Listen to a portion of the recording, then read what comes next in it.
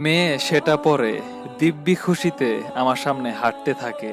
আমি তখন মেয়েকে দেখিয়ে টিভির উপরে দেওয়া পর্দাটাকে সরিয়ে ফেললাম এবং বাইরে ফেলে দিলাম।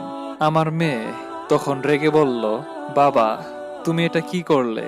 আমি তখন বললাম, টিভির উপরে আবার পর্দা দেওয়ার কি দরকার, এমনিতেই তো ভালো লাগে, তাই ফেলে দিলাম।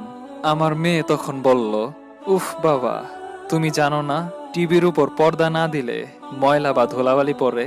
আমি তখন মেয়েকে হেসে বললাম, ঠিক তেমনই অশালীন পোশাকে নারীর সৌন্দর্য নষ্ট হয়ে যায়, ধুলাবালি পড়ে।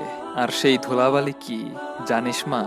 পাড়ার বখাটে ছেলেদের খারাপ দৃষ্টি আর বাজে মন্তব্য, আর রবিন নামের হাজারো ছেলের আবেগকে প্রেম নামে প্রকাশ করে হাজারো মেয়ের সুন্দর ভবিষ্যৎ নষ্ট করা।